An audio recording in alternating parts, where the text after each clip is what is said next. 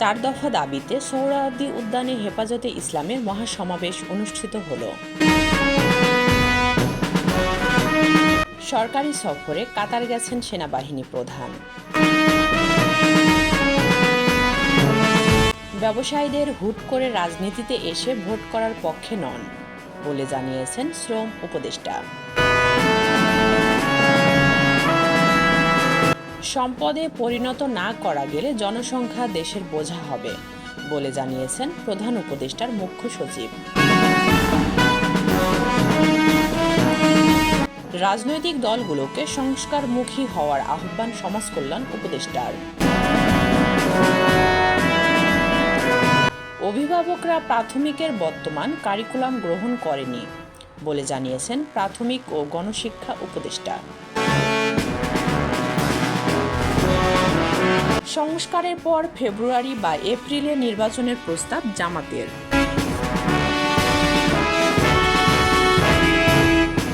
আগে জাতীয়, পরে স্থানীয় নির্বাচন চায় জাতীয়তাবাদী সমমনা জোট।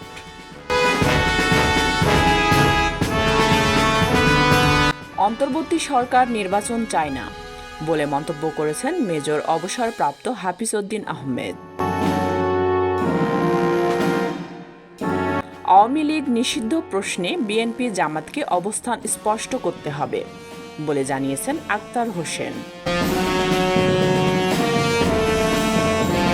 যোগ্য ব্যক্তিদের বিসিবিতে চান বলে জানিয়েছেন ক্রিকেটার তামিম ইকবাল।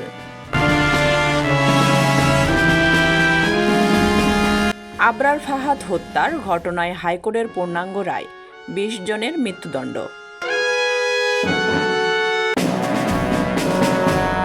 চট্টগ্রাম থেকে সরাসরি হজ ফ্লাইট শুরু হচ্ছে আজ।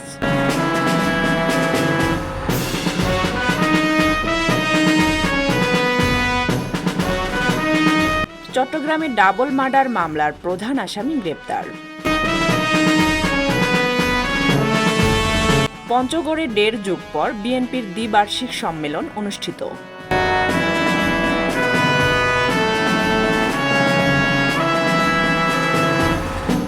পটুয়াখালীতে নিখোঁজের 3 দিন পর যুবকের মরদেহ উদ্ধার।